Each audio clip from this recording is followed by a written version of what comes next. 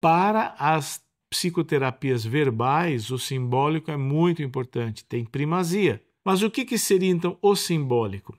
O simbólico é a elaboração do passado, é o passado que é reatualizado e elaborado. Então, quando eu era pequeno, eu ganhei um carrinho que era um ursinho que batia um tamborzinho. Bom, eu estou lembrando disso, há muito tempo que esse brinquedo já foi para a vala, mas assim, eu estou relembrando e estou, de uma certa forma, reatualizando aquilo. Porque ali vem também uma carga emocional que eu tinha em relação àquele brinquedo, como foi que ele apareceu na minha vida, a partir de que momento eu fui perdendo interesse e assim por diante.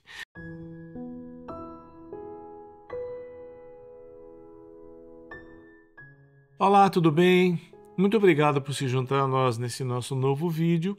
Nós vamos estar hoje falando um pouco sobre o tempo dentro do bem-estar e do mindfulness.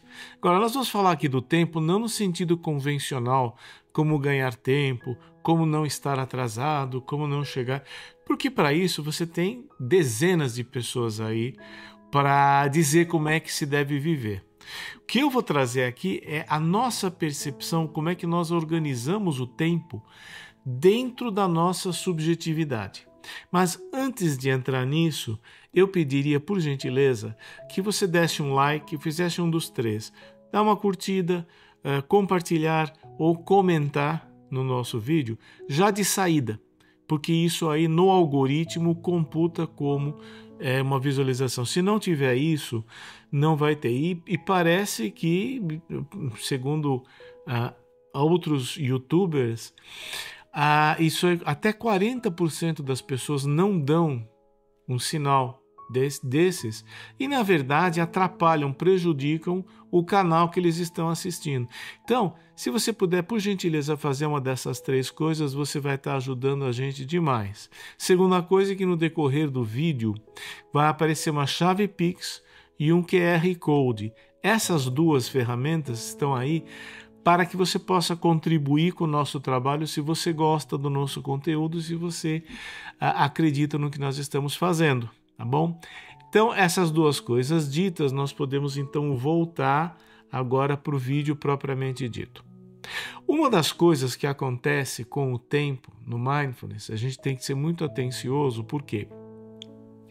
Porque o presente momento é um conceito angular dentro do treinamento em Mindfulness em atenção plena. Trabalharmos com o tempo presente, estarmos no presente momento como praticamente o antídoto para o piloto automático. Isso aí quem é envolvido com Mindfulness já conhece de cor e salteado. Hoje nós vamos conversar um pouquinho, afinal de contas, por que é que isso se dá? Por quê? O tempo presente pode ser um conceito que traga dificuldades, especialmente se a gente não é especificamente treinado ou preparado. Eu me lembro uma ocasião eu ter presenciado um expositor de Mindfulness, né? E alguém disparou a pergunta assim, olha, quanto tempo dura o presente momento? E aí foi a resposta mais preocupante do que a pergunta. Porque a resposta foi, olha, a propriocepção do corpo, a propriocepção é a minha percepção, se eu percebo que eu estou sentado, se eu percebo que eu estou em pé, se eu percebo se eu estou caindo, né? Que a propriocepção se renova a cada 0,25 segundos, a cada quarto de segundo, né? Que é uma medida calculada, é muito lerda para neurofuncionamento, né? O funcionamento neuronal é da ordem de milissegundos, tá? Mas denota o seguinte, denota que o próprio expositor estava com dificuldades de entender o que é o presente momento, porque não é isso. Não é uma unidade fisiológica. O presente momento é muito mais uma organização daquilo que se passa em mim. Como assim? Nós vamos pegar um pouquinho emprestado lá da psicanálise francesa, 3 conceitos, certo? Nós vamos pegar o simbólico, o real e o imaginário, né? Para as psicoterapias verbais, o simbólico é muito importante, tem primazia, né? Mas o que seria então o simbólico? O simbólico é a elaboração do passado, é o passado que é reatualizado e elaborado. Então, quando eu era pequeno, eu ganhei um carrinho que era um ursinho que batia um tamborzinho. Bom, eu estou lembrando disso, há muito tempo que esse brinquedo já foi para a vala, mas assim, eu estou relembrando e estou, de uma certa forma, reatualizando aquilo, porque ali vem também uma carga emocional que eu tinha em relação àquele brinquedo, como foi que ele apareceu na minha vida, a partir de que momento eu fui perdendo o interesse e assim por diante. Esse é o simbólico. Depois nós temos o imaginário.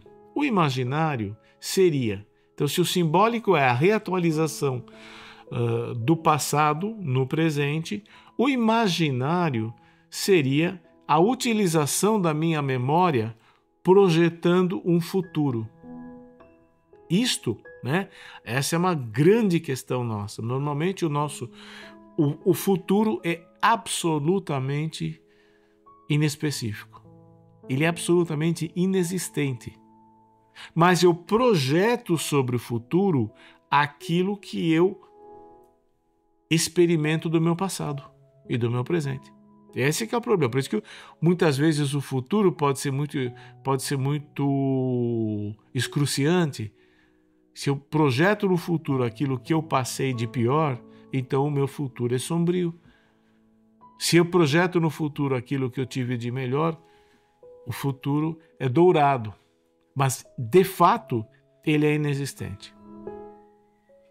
Nós nunca conseguimos vivenciar o futuro. Nós sempre vivenciamos o presente. E o que é o presente? O presente é o real. E o que é o real? É o terceiro conceito, né? Que é a experiência imediata no presente momento. Hic et nunc. É aqui e agora. É a experiência imediata. Quando eu falo imediata, é diferente do simbólico e do imaginário, porque essas duas ordens, elas elaboram. O real, elas são mediatas, elas têm a mediação da minha interpretação. Mas o real é uma experiência imediata. Então, se eu estou de fato aqui sentado, tem um refletor jogando luz aqui no meu olho esquerdo, ele está de fato jogando a luz no olho esquerdo. Não há mediação possível. Isso está de fato acontecendo. Se é uma memória que eu tenho de um refletor, pode haver uma mediação. Mas se é a experiência atual, não há mediação. E o real é isso. Então, o real é o aqui e agora, cru, sem interpretação. O presente momento é a constatação do real. Momento a momento. Momento a momento. Então, estas três coisas são importantes para a gente entender, para a gente compreender muito bem o que é que nós estamos fazendo quando estamos meditando. Convém lembrar que nunca é bom praticar sozinho. É importante. Você precisa, para ter uma prática diária, que é o recomendável, você tem que praticar sozinho. Você não vai querer ter um grupo todo dia. Não tem ninguém aqui num mosteiro. No mosteiro, sim. Das 7 da noite, os monges todos se reúnem e vão praticar. Aí tudo bem, eles praticamente não têm uma prática individual, uma prática solitária.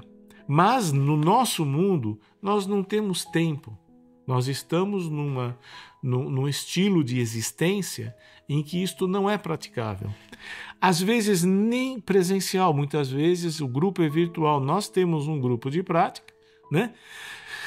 Que é um grupo de pessoas e nós nos reunimos, 95% das reuniões são online, são com Hangouts, são com Zoom, Google Teams e etc. Lá, de vez em quando, a gente consegue organizar de se encontrar e fazer presencialmente. É muito legal. Se der, faça. Mas veja, às vezes a gente tem que adaptar. Se a gente quer ter um grupo semanal, às vezes tem que ser online. Aproveita a tecnologia. Tem limitações? Tem limitações, mas você só vai conhecer essas limitações se você de fato usar. E aí, quando você percebe a limitação, você procura compensar de outra forma. Bem-vindo ao mundo real. Bem-vindo ao presente momento. A ideia, então, do presente momento não é eliminar o fluxo mental, que podem ser antecipações do futuro, podem ser fragmentos de rememoração do passado. Pode ser tudo. Você vai ver isso, não é que você vai omitir, você vai tirar da sua... Não. Você vai perceber. Mas você não vai atrelar, atribuir importância para aquilo naquele momento. Naquele momento você está praticando. Deixa ali do lado, mais tarde você se dedica àquilo. Às vezes é uma coisa relevante, às vezes é uma coisa que precisa ser feita. Não há dúvida, quanto mais relevante sua vida for, maiores as chances de você lembrar de coisas importantes, né? Então, a ideia básica é que o presente momento vai se constituir da sua consciência livre, desengajada do passado e desengajada do futuro. Ou seja, você não vai ficar dialogando com o que você pensa que vai ser amanhã. Amanhã eu vou viajar, tenho que acordar, eu vou pegar avião, eu vou a trabalho, tenho que estar com tudo no jeito. Mas na hora que você está praticando, você não vai se engajar num debate sobre isso. Eu preciso isso, que roupa que eu uso, como é que não é. E no passado, quando você lembra, puxa, eu realmente poderia ter sido mais gentil, eu poderia ter sido um pouco mais atencioso com o Paulinho e não sei o quê. Ok, mas eu não vou ficar... Deixa. Eu tive um problema lá com o Paulinho. Deixa isso aqui. Não vou engajar nisso. Eu vou engajar no presente momento, exatamente naquilo que eu estou percebendo. E a evolução da consciência, momento a momento. Então, essa é a ideia, isso eu acho que é a coisa mais importante de se recortar, trazendo isso um pouco para a linguagem de hoje, porque nós tivemos o mindfulness, o bem-estar psicológico, todas essas, né, a medicina do comportamento, que são ramos importantíssimos que estão despontando aí, muito importante de ter, mas a gente precisa sempre ter atenção que todo o campo conceitual que se expande frequentemente pode ser aqui e acolá, pode ser malversado por pessoas despreparadas. Então, é importantíssimo a gente ter esta noção. O tempo, então, se divide no simbólico, no imaginário e no real. É como a gente pode pensar a nossa existência. Nós sempre podemos pensar por essas três formas de nos colocarmos. Estas formas, desnecessário dizer que o presente momento é uma construção ética, não é uma construção material.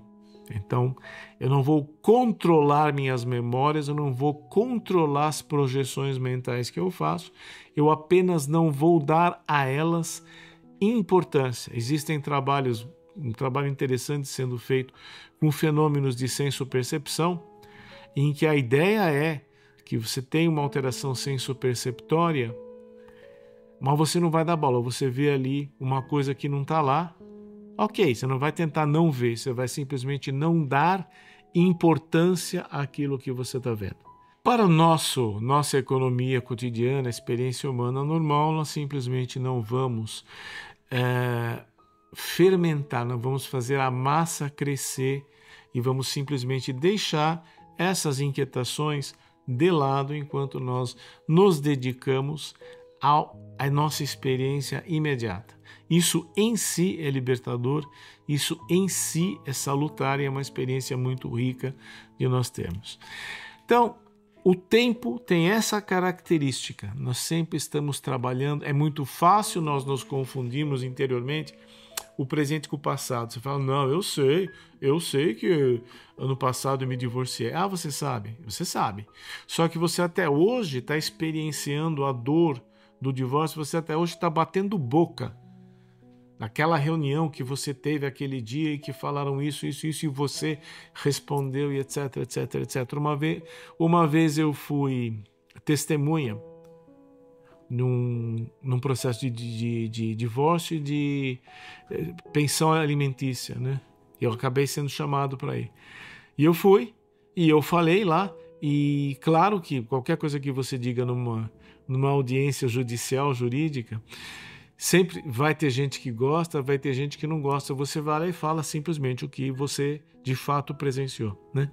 Mas depois que aquilo terminou, aquilo foi bem incandescente.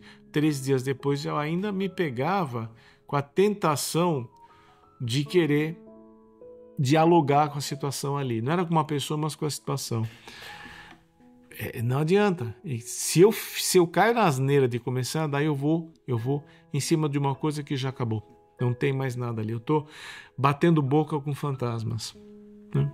Então essa basicamente é a ideia de estar sempre limpando, se desfazendo da carga desnecessária, ficando com o caminhão mais leve para poder andar em velocidades melhores. Essa é toda a ideia da manutenção do mindfulness, que não é curar um trauma, é muito mais uma coisa de ser um antídoto ao desgaste cotidiano que as adversidades e o desconforto podem oferecer para a gente. É isso, muito obrigado. Mais uma vez, não se esqueça de se manifestar. Um forte abraço, até a próxima. Não desista de si.